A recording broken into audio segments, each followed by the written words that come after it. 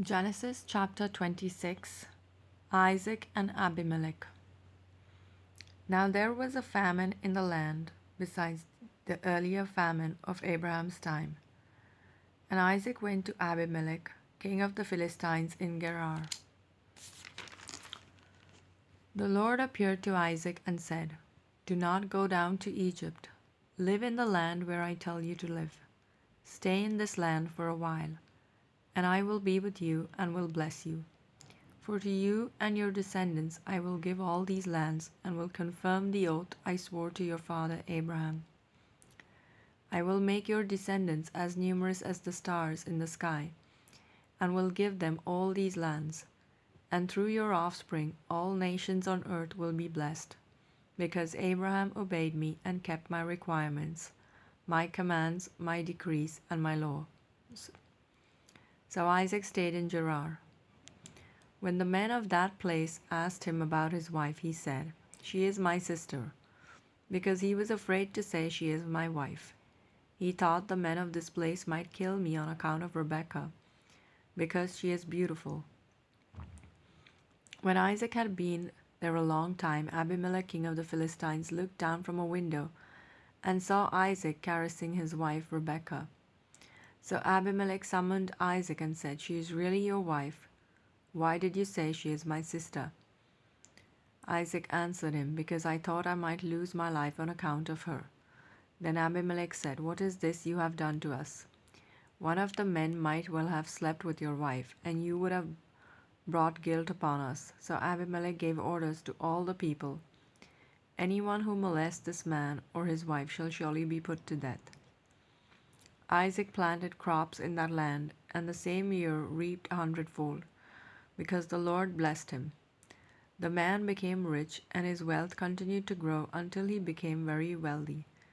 He had so many flocks and herds and servants that the Philistines envied him. So all the wells that his father's servants had dug in the time of his father Abraham, the Philistines stopped up, filling them with earth. Then Abimelech said to Isaac, "Move away from us. You have become too powerful for us." So Isaac moved away from there and encamped in the valley of Gerar and settled there. Isaac reopened the wells that had been dug in the time of his father Abraham, which the Philistines had stopped up after Abraham died, and he gave them the same names his father had given them. Isaac's servants dug in the valley and discovered a well of fresh water there. But the herdsmen of Gerar quarreled with Isaac's herdsmen and said, "The water is ours." So he named the well Esek, because they disputed with him. Then they dug another well, but they quarreled over that one also. So he named it Sitnah. He moved on from there and dug another well, and no one quarreled over it. He named it Rehoboth, saying, "Now the Lord has given us room, and we will flourish in the land." From there he went up to Beersheba. That night the Lord appeared to him and said, "I am the God of your father Abraham. Do not be afraid, for I am with you. I will bless you and will increase the number of your descendants for the sake of my servant Abraham." Isaac built an altar there and called on the name of the Lord. There he pitched his tent, and there his servants dug a well. Meanwhile Abimelech had come to him from Gerar, with Ahuzat his personal adviser and Phicol the commander of his forces. Isaac asked him, "Why have you come to me, since you were hostile to me and sent me away?" They answered, "We saw clearly that the Lord was with you, so we said, 'There ought to be a sworn agreement between us, between us and you. Let us make a treaty with you, that you will do us no harm, just as we did not molest you, but always treated you well and sent you away in peace.' And now you are blessed by the Lord."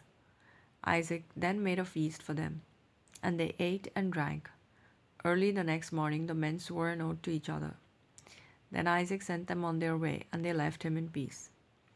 That day Isaac's servants came and told him about the well they had dug. They said, "We found water."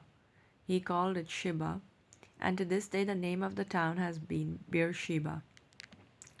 When Esau was 40 years old, he married Judith, daughter of Beri the Hittite.